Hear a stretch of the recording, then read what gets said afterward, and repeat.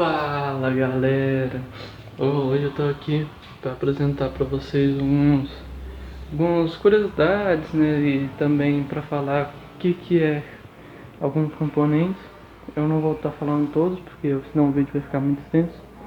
E antes do vídeo começar, eu quero estar mostrando para vocês aqui como é que tá ficando nosso pequeno estúdio. Mas enfim, olha aí como é que tá ficando. A gente pintou as paredes aí de cor pêssego.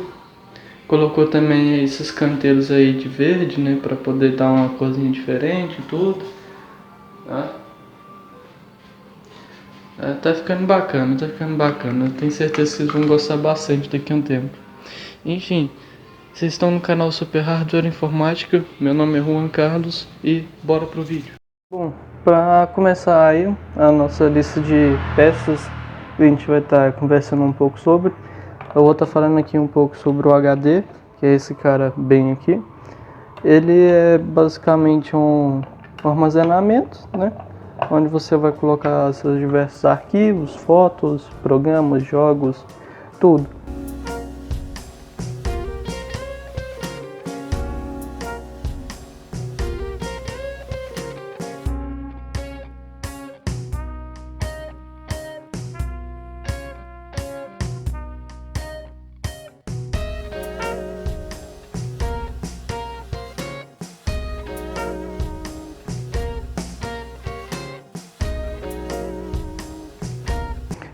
Assim que você abre essa tampa lateral aqui, geralmente você tem acesso a tudo que tem aqui dentro do computador também.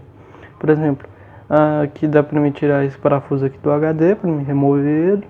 Eu tenho aqui acesso também a alguns fios aqui, que eu fiz meio que um cable management aqui dentro. Para quem não sabe o que é um cable management, é basicamente você esconder os cabos de forma que quando você olha pelo outro lado, você vê o mínimo de cabos possíveis na abertura do seu computador. É claro que aqui não é tão possível fazer isso, porque primeiro, eu tenho uma fonte, deixa eu aumentar um pouco aqui, eu tenho uma fonte que fica bem aqui, então esses cabos aqui fica bem difícil de estar escondendo eles, porque eu não tenho um PSU cover. O PSU cover é aquilo que eu falei num dos vídeos aí do PC Building Simulator, e com isso você basicamente esconde a fonte, esconde os cabos dela também, e fica mais fácil de estar manuseando aí. Normalmente pessoas que têm gabinetes como esse aqui, elas não têm o hábito de fazer o cable management, né? Que é o hábito de esconder os cabos. Por que elas não têm esse hábito? Primeiro, o espaço aqui ele é mínimo, tipo, às vezes um dedo aqui nesse canto e nesse outro aqui, ó, e não dá nem um dedo direito, ó, não dá nem um dedo. E aí o que acontece? Fica muito difícil esconder os cabos. Se for uma máquina que, sei lá, tem um desempenho maior, utilizar um exemplo tem uma placa de vídeo aqui muito grande, ela precisa de cabos aqui da fonte. Dependendo do tamanho da fonte, ela vai ter muitos cabos aqui na parte de cima, saindo daqui. E com isso você vai ter um certo problema com a quantidade de cabos ali dentro que vai ficar solto, ou não sei, enfim.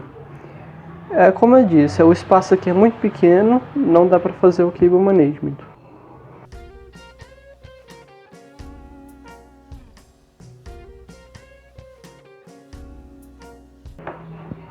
Depois aqui de ter removido o último parafuso do HD, não tem muito segredo para retirar ele de dentro do computador, não. A primeira coisa que você vai fazer aqui é retirar esse cabo aqui, ó. Esse aqui é o cabo SATA, é onde ele faz todas as transferências de arquivo entre a placa-mãe, processador e o HD, né, onde ele está transferindo os dados do HD. E esse outro aqui é o cabo PATA, que é o cabo de alimentação para o HD. Eu vou estar falando um pouco mais sobre as fontes. Como vocês podem ver, eu estou com a caixa aqui da minha fonte do meu computador. mas eu vou estar demonstrando aqui apenas com fontes genéricas mesmo, porque vai dar um certo trabalho para poder estar abrindo o computador para tirar ele de lá. Enfim, aqui retirou o HD normal, tem as informações dele aqui. Desse lado de cá, desse outro lado a gente tem a placa uma placa mesmo, né, aqui com coisas digitais, que tecnicamente seriam transistores, resistors e diversas coisas aqui.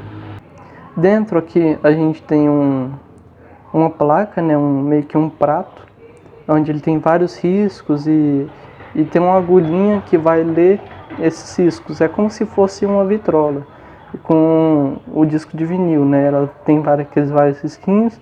Aí onde a agulha vai passando, ela vai fazendo leitura e vai mandando o áudio. No caso aqui, ele vai mandando as imagens ou vai lendo os arquivos mesmo.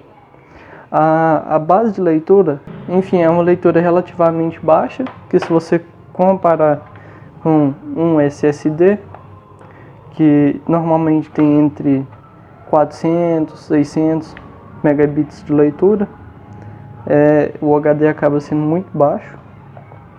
Aqui também a gente tem o armazenamento dele, 320 GB. É um HD simples, né, para você armazenar poucas coisas. O meu lá também, no meu computador, é de 320 também, mas além do HD de 320, eu tenho o meu SSD de 360. Não é da mesma marca, esse aqui é da Samsung, o meu que eu tenho lá é da Western Digital, que é uma das marcas com maiores nomes aqui, né, no Brasil. Tem também a Toshiba e também tem a Seagate Barracuda. Então aqui basicamente a gente tem, né, a entrada aqui de alimentação, a entrada do cabo PATA, a entrada do cabo SATA, que é o de leitura. Aqui basicamente é só onde que faz a transferência, né, entre o disco lá dentro e a plaquinha aqui, para poder passar pela leitura aqui e tudo e entregar aqui no cabo SATA. Enfim, as coisas que eu tenho para falar. Primeiro, um HD assim de computador de mesa, né, um desktop, é diferente de um computador notebook. Normalmente o de notebook, eles são fininhos assim mesmo, bem, acho que não dá nem a metade dessa grossura aqui, muito menor do que isso. As leituras deles vão ser bem menores, geralmente esses de computadores são 7.200 RPM, enquanto a rotação, né? Enquanto a de computadores de mesa são 5.600 ou 5.200, eu vou colocar aqui no canto para estar dando a certeza para vocês. E essa leitura e essa rotação vai alterar bastante também na velocidade de leitura, porque está rodando mais, né? Então obviamente ele vai ler mais. E acho que não tem muita coisa para falar sobre o HD não, né, em si, porque basicamente é para leitura, escrita de arquivos. Sim, eu estou lembrando de uma coisa aqui, o RAID Zero, como pessoas mais conhecidas da área chamam. O RAID Zero, ele basicamente é uma técnica de você utilizar dois HDs, né? Vamos supor que utilizar aqui meu SSD para dar um exemplo. Suponhamos que isso aqui seja um HD, esse aqui também. Eu estou usando esse HD aqui e eu quero colocar mais um, mas eu não quero só aumentar a capacidade do meu computador, eu quero que os dois trabalhem junto como um só. Aí tem todo um trabalho lá de poder sincronizar os dois, porque a ideia do RAID Zero é você utilizar como se fosse um programa dentro dos dois HDs. Você vai dividir um arquivo dentro de dois HDs. Então se esse aqui tiver com alguma interferência de tempo com esse outro aqui, pode dar problema e até danificar os dois HDs ao mesmo tempo, porque ele não vai estar conseguindo ler os dois de forma simultânea. Também tem o RAID 1 ou RAID 1, que é para o RAID 1, que é para fazer meio que a leitura desse HD aqui junto com outro HD, por exemplo. eu tô escrevendo aqui nesse HD, eu fiz um arquivo lá no Word, salvei. Na hora que você salvou o arquivo lá no Word, o arquivo de cá também vai ter salvo, outro HD. Então é meio que uma forma de ter o backup, né? Você ter dois arquivos ao mesmo tempo. Também é uma forma de que muitas empresas utilizam, né? Porque assim elas vão ter um arquivo de backup, enquanto elas escrevem num só, vai estar aí no outro. Eu até não estava vendo antes. Deixa eu ver se a câmera vai focar. 320 GB, 7200 RPM, que é a rotação, e 16 MB de cache.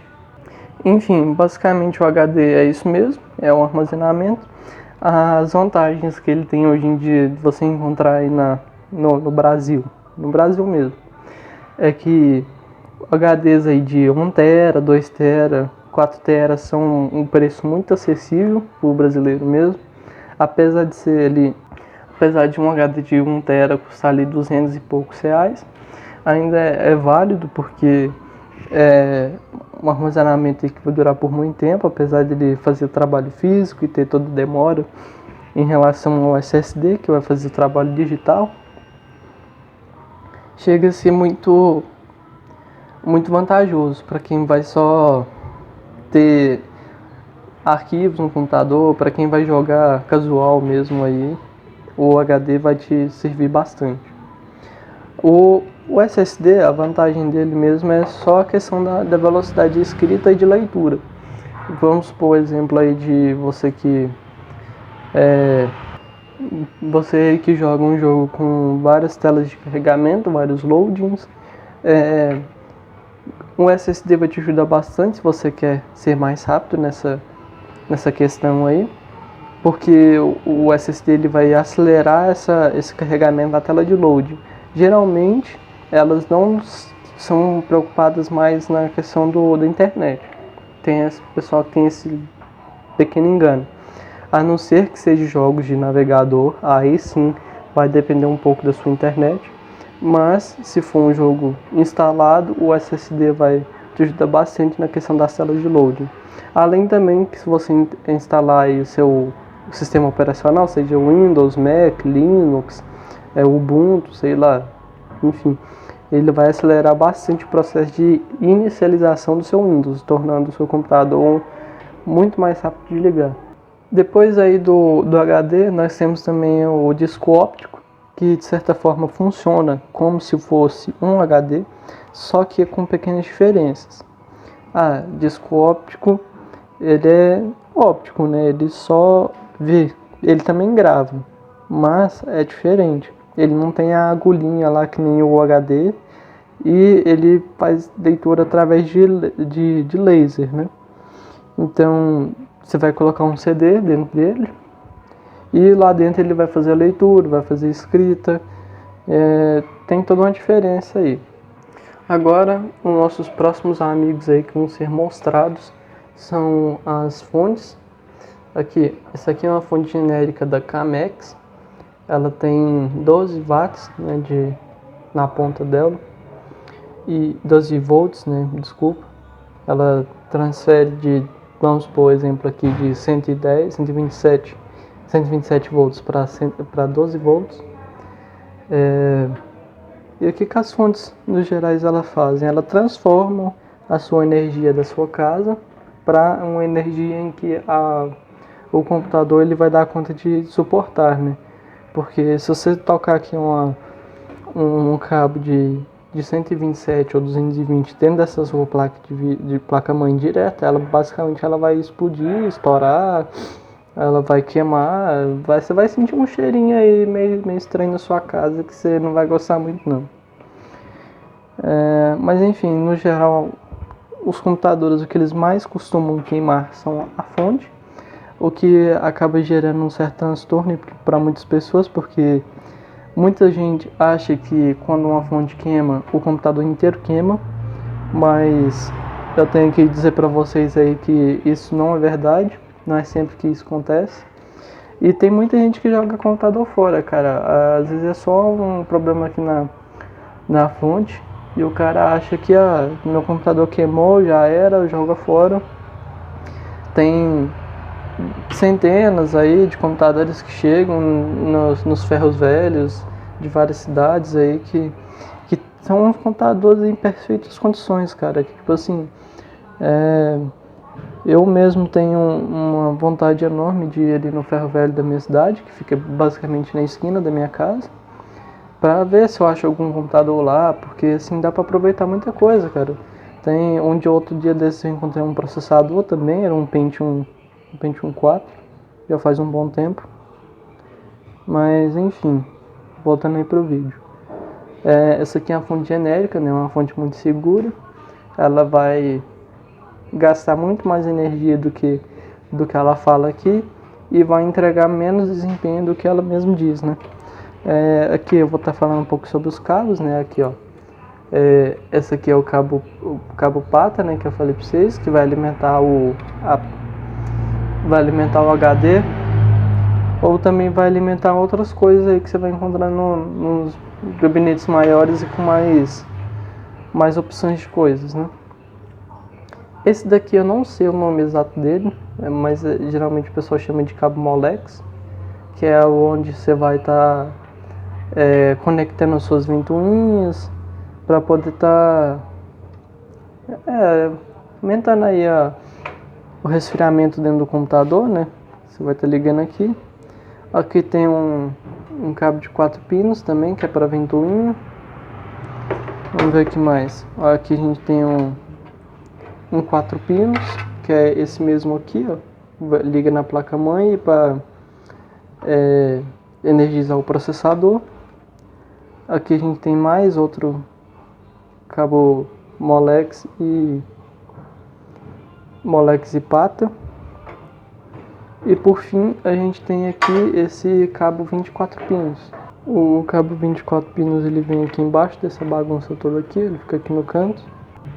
E serve para alimentar toda a placa-mãe, né? no geral, para também um pouco para o processador, apesar de a maior parte ser aqui do cabo 4 pinos.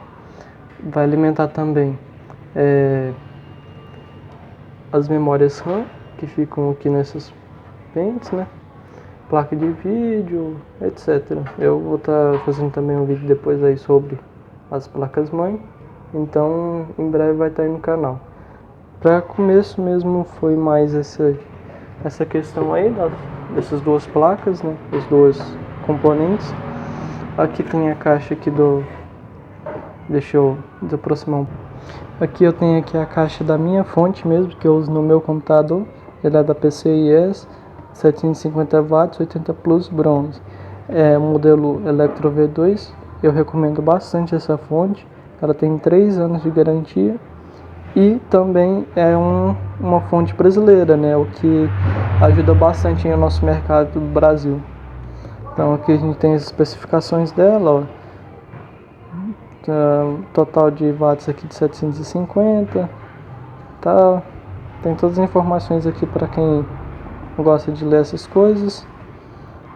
Vai ter aqui diversas informações também, tudo. Os tipos de cabo aqui, ó. Tem, além daqueles cabos lá, a gente tem o cabo 6 pinos, 8 pinos no caso, 8, 6, né? Depende do computador. Mas ele serve para alimentar a placa de vídeo no geral. E o nosso vídeo vai parando por aqui mesmo, galera.